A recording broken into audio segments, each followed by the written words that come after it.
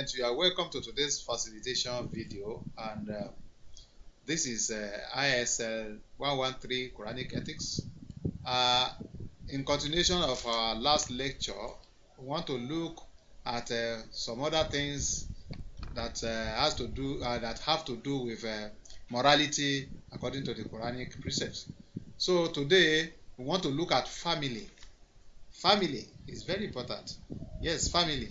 So we want to look at the definition of family. What is family? Then we want to look at some Quranic precepts on kinship, our family members. And again, we want to look at the teachings of the Quran on the neighbors. How do we treat our neighbors? What are we expected to do to our neighbors? What type of neighbors do we have? How many types of neighbors do we have? So these are the things we want to look at today. And again, we want to look at the Quranic dictates or teachings on our general relations to others in the society. So this will form the content of our discussion in today's video. So my name is Professor Mustafa Adejiro Rahim. You are welcome. Yes, thank you very much. You are welcome. I'm Professor Mustafa Rahim. This is my email address as usual. Let's go straight to what we have to discuss today. Yes, we said we want to discuss family. Look at the image, beautiful image of a typical Muslim family. You can see it here. So this shows that we want to discuss family. You have a family. I'm sure you have a family. Every one of us belongs to one family or the other. So now we want to, in this lesson, we'll give the definition of family, and we'll quote some Quranic, we'll look at some Quranic teachings on kinship. Then we want to explain some Quranic teachings on neighbors, and what type of neighbors do we have? How will you explain who a neighbor is? So these are part of those things we want to look at. Then to define family, Quran regards every family within a compound not as ordinary unit in social statistics, but as a small group within another larger group. So you have small groups within larger groups, and these small groups make different families, and families come together to form a community. Community comes together to form a nation.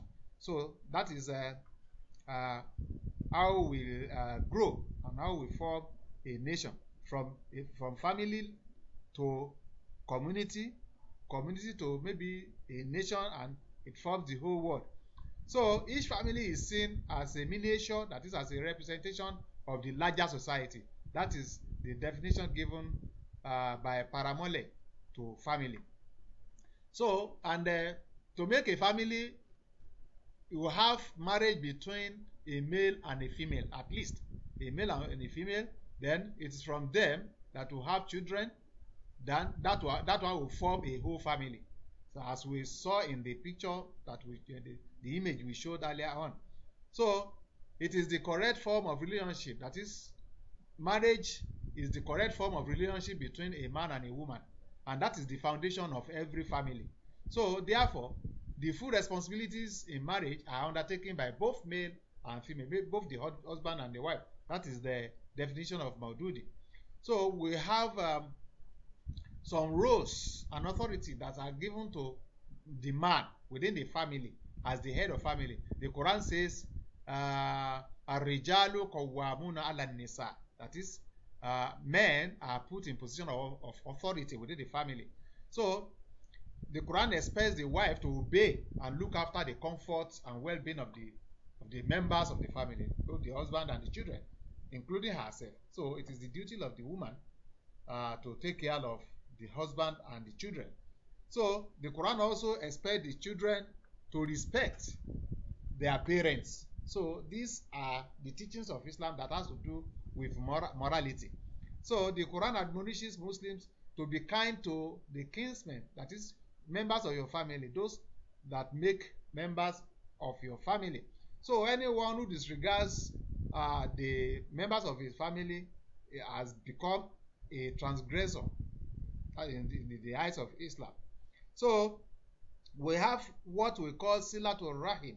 Silatul Rahim, that is maintaining good relation with your kinsmen, with your family members.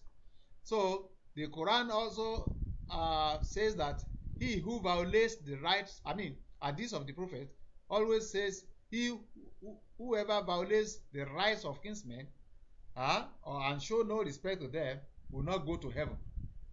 We all want to go to heaven, so we have to be good to our family members.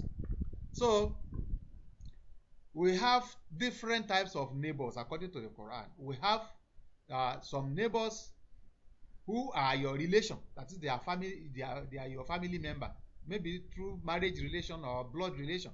So that is a group of neighbor.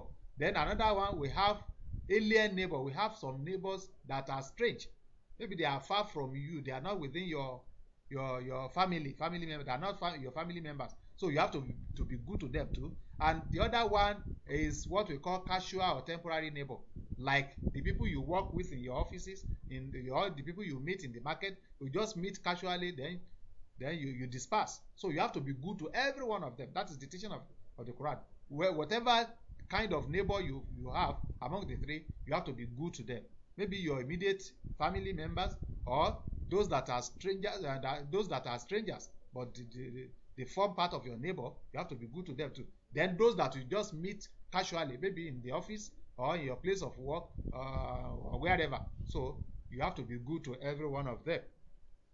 So Quran has a standard morality in relation to community. So you have roles to play to make the society grow. That's just the summary of all this. If you read through, what he's saying is that you, as a member of a family, you have your duties that you have to play to make the family successful, to make the society grow.